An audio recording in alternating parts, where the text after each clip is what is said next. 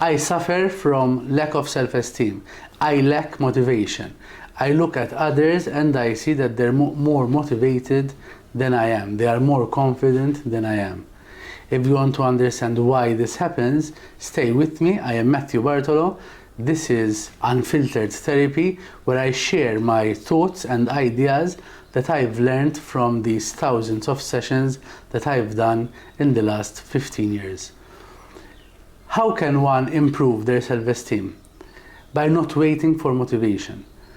The guy that you watch every day going to the gym, the woman you watch every day saving money and managing to have enough money in her bank account to buy whatever her goal is, what is the difference between those people and yourself? It has to do with saying no to oneself. Discipline. Discipline is when we stick to the commitment that we've done with ourselves. You and the guy who goes to the gym every day, both of you, I'm sure, will have days where you don't feel like going to the gym. The difference is that the guy who goes, notwithstanding how he's feeling, he's still going to grab his bag and go to the gym.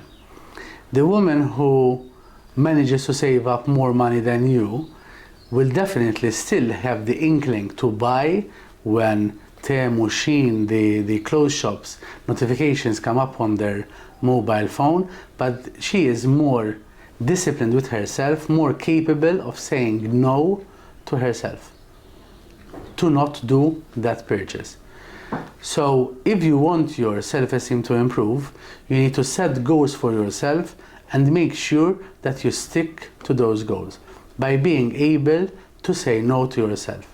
And that is self-discipline. Self-discipline is when you have thoughts, have emotions like anyone else because you're human, but you're able to say no to those emotions, no to those thoughts, because you want to stick to the commitment you did with yourself. Discipline.